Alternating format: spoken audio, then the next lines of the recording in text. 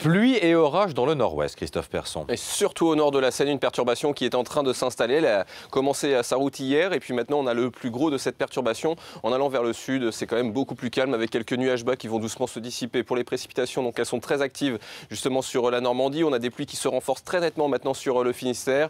Encore quelques petites averses vers la Franche-Comté, ça remonte vers la Lorraine et quelques gouttes au nord de l'Aquitaine ainsi que sur le Limousin. Pour ce qui est de la suite, ce matin, on aura toujours cette perturbation, quelques coups de tonnerre pour le nord de la Seine avec du vent jusqu'à 70 km/h, grand soleil quand même en Méditerranée, avec jusqu'à 50 km/h de vent pour le nord de la Corse. Températures les plus basses bien sûr, c'est là où il y a de grosses éclaircies, vers le Massif central ou encore vers les Alpes avec 9 degrés. Cet après-midi, toujours la même perturbation qui continue d'apporter beaucoup de pluie au nord de la Seine, des pluies sur la Bretagne jusqu'à la région centre ainsi qu'en Île-de-France, toujours avec ce vent jusqu'à 60 km/h, toujours le grand beau temps sur l'extrême sud et sur le Midi-Pyrénées et des températures là-bas qui seront plutôt élevées pour la saison, 25 degrés quand même si vous êtes à Toulouse ou encore à Marseille, alors qu'il n'y aura que 15 degrés pour Cherbourg. Et puis demain, la même perturbation concernera encore la moitié nord avec une tendance à l'amélioration par l'extrême nord du pays et quelques entrées maritimes quand même vers le golfe du Lion, du côté de l'Hérault plus particulièrement.